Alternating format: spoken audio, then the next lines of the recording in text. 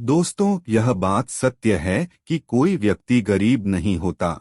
उसकी सोच ही उसे गरीब बना देती है, क्योंकि जो इंसान जिस प्रकार या जितनी बड़ी सोच रखता है उसे उतनी ही सफलता प्राप्त होती है। इंसानों की सोच में बस इतना ही अंतर होता है कि कोई खुली आंखों से सपने देखते हैं तो कोई बंद आंखों से। दोस्तों, इस वीडियो के माध्यम से हम उन बातों को जानेंगे जिससे आप अपनी सोच को विकसित कर गरीबी से हमेशा के लिए छुटकारा पा सकेंगे। फिर जीवन में आपको कभी भी गरीबी का सामना नहीं करना पड़ेगा। तो चलिए, बिना समय गवाए वीडियो देखने का आनंद लेते हुए शुरू करते हैं। दोस्तों, एक समय की बात है कि एक गुरु और उसके शिष्य साथ में घूम रहे थे। जब वे चलते चलते एक बड़े से खेत के पास पहुंचे तो उन्हें बहुत प्यास लगने लगी। उन्होंने खेत के बीच में एक टूटा फूटा घर देखा। फिर गुरु और शिष्य ने उसे घर के पास जाकर देखने का फैसला किया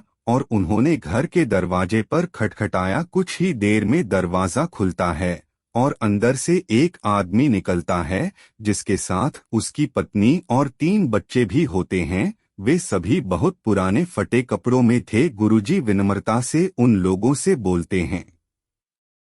वह आदमी अंदर से पानी लेकर आता है जिसे गुरुजी उन लोगों के साथ साझा करते हैं। तब अचानक गुरुजी उस आदमी से कहते हैं कि आपका खेत तो बहुत बड़ा है, लेकिन उसमें कोई फसल नहीं है।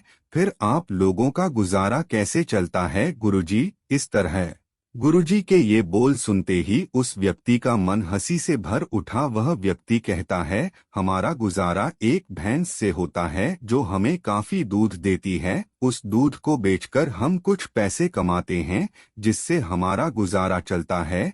वह बातों में इतना उलझा हुआ था कि उसे पता ही नहीं था कि गुरुजी आखिर इस बात से क्या कहना चाहते हैं। गुरुजी ने उसे बताया, बातों ही बातों में शाम हो जाती है, इसी तरह हमें आज रात्रि यहीं रुकना चाहिए। फिर गुरुजी ने उस व्यक्ति से अनुमति मांगी कि वह भैंस को साथ लेकर उनके साथ जंगल में जा सकते हैं। उस व्यक्ति ने अनुमति दे दी और गुरुजी उसी जगह रुक गए। रात के अंधेरे में गुरुजी ने अपने शिष्य के कान में एकदम धीरे से बोला, इधर से चलो, अब हमें यहाँ से चलना चाहिए और भैंस को साथ में ले जाकर जंगल में छोड़ देना है। गुरुजी की बात सुनकर शिष्य को कुछ समय के लिए विश्वास नहीं हो रहा था। उन्होंने इतना ज्ञान दिया था, लेकिन आज पहली बार किसी के साथ गलत करने की बात कह रहे थे। शिक्षक गुरु की बात को टाल नहीं सकता था। आखिरकार गुरु और शिष्य भैंस को जंगल में ले जाते हुए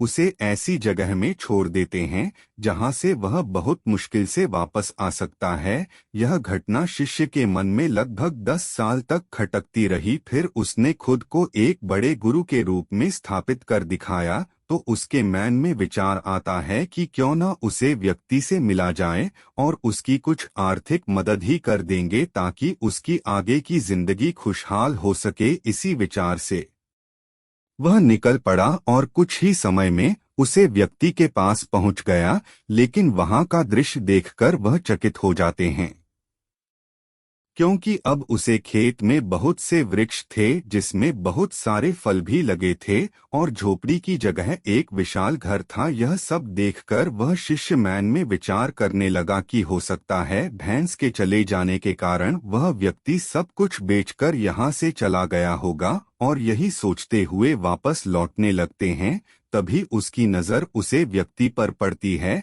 तो वहीं से उसे व्यक्ति के पास जाकर कहते हैं, शायद आप हमें ना पहचानते हैं, लेकिन कई वर्षों पहले मैं आपसे मिला था। तब वह व्यक्ति कहता है, मैं आपको कैसे भूल सकता है, आप तो उसे दिन बिना बताए ही यहाँ से चले गए और उसी दिन हमारी भैंस भी एन जाने कहाँ चली गई जो आज तक नहीं लौटी। कुछ दिनों तक मैं बहुत परेशान रहा, कुछ समझ नहीं आ रहा था कि अब क्या करें, परंतु जीने के लिए कुछ ना कुछ कम करना भी जरूरी था। इसीलिए मैंने लड़कियों को काट कर बेचने का काम शुरू किया। जो भी पैसे मुझे मिले उसे मैंने अपने खेतों में खर्च करके फसल उगा लिया। फसल बहुत अच्छी हुई जिसे मैंने फलों का एक बगीचा लगवा दिया, जिस बगीचे में बहुत अच्छे फल लगे और आज मैं शहर का फल बेचने वाला सबसे बड़ा व्यापारी हो गया, लेकिन यह सब कुछ कभी न पता।